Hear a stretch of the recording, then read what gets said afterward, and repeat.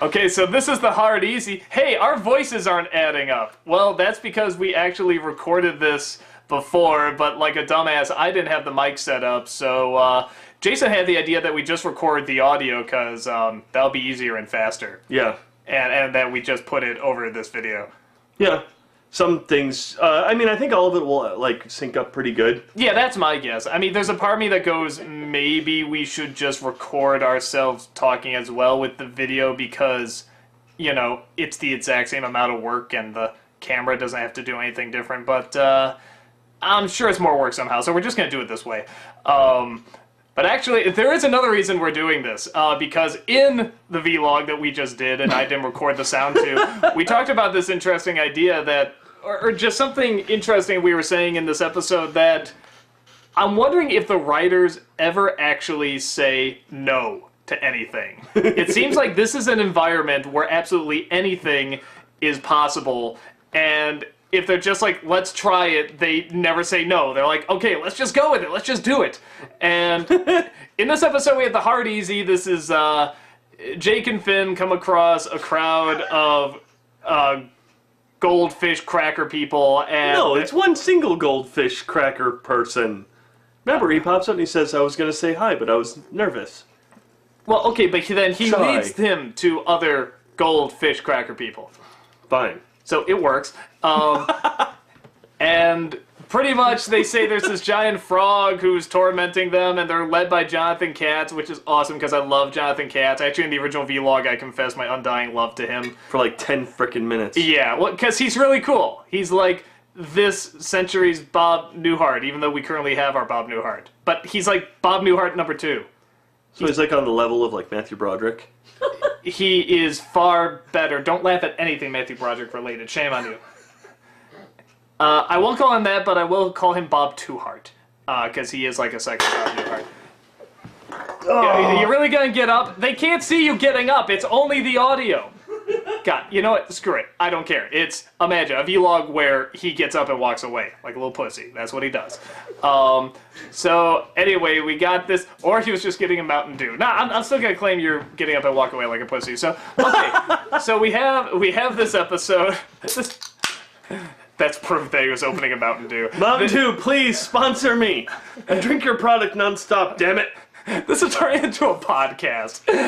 Yeah. But again, it's we wanted to do this because we actually did just love the idea that we were talking about, that you just never say no to anything. And this episode ends with them trying to find this frog creature and Giant frog. this giant frog, and Finn kisses him, and he turns into a prince voiced by Bill Murray's father, who is got to be like in his 90s or something, and he's a pretty old guy, and yet he plays this young prince, and they just sort of, I'm trying to remember how it even ends, he just sort of flies away, and he's still Bill Murray's dad.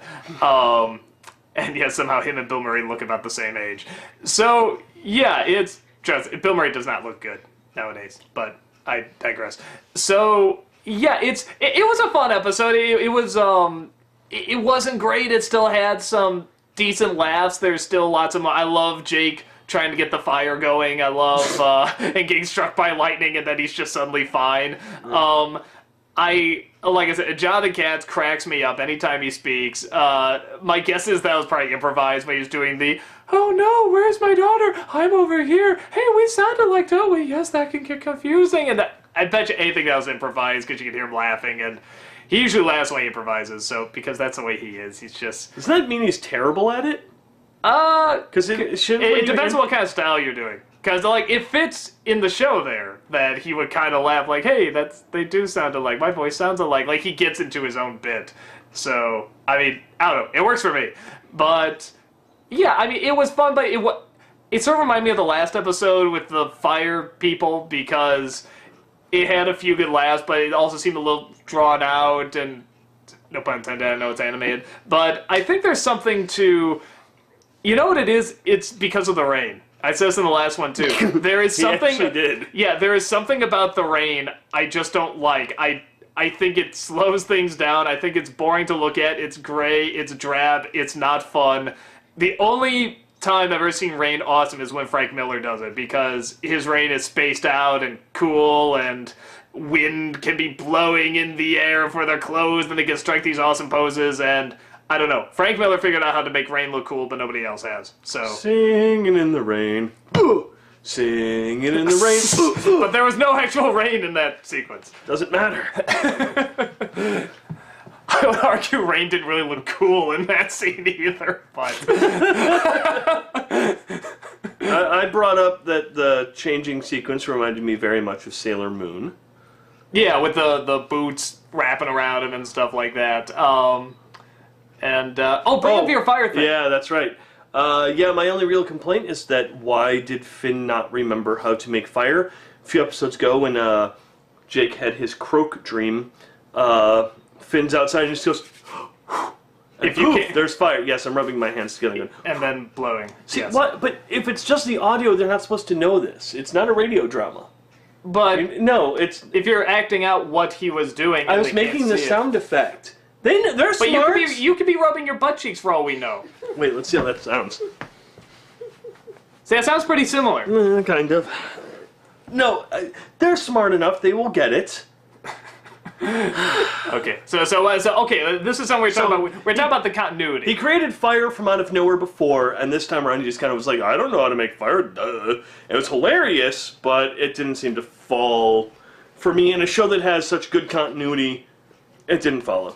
Yeah, well, that's something we were talking about too. Is that the show's continuity is surprisingly pretty tight. That there's a lot of stuff that they'll go back to. We were mentioning that one with where they're fighting the farm, and he says, I'm gonna get the juice from the Cyclops to bring you back to life after I break every bone in your body. So they really do keep, a very tight, Hold on their pants. yes, the pants of continuity. And pretty much, they're usually pretty good at it. I think something like this doesn't bother me because, A, it's for a joke, and if the joke's pretty funny, which I thought it pretty much was, I love him laying the stick down and just writing fire, I think it works okay, but and the other thing is, I'm sure they forgot, I'm sure it wasn't intentional, but we sort of played around with this idea that there's always going to be a forum for anything, any kind of show that exists, where people go and they point out the mistakes of a show. This show seems so good at referencing stuff that my guess is fans had a problem with or people were talking about or something that they go back and they fix it. Hell, I was even saying, like, man, does anyone ever change their clothes? And they start changing up their clothes a little bit and the way they look. Pendleton Ward is in your closet, and he's listening to everything you say. That is scary awesome. Sorry, go on. I should feed him.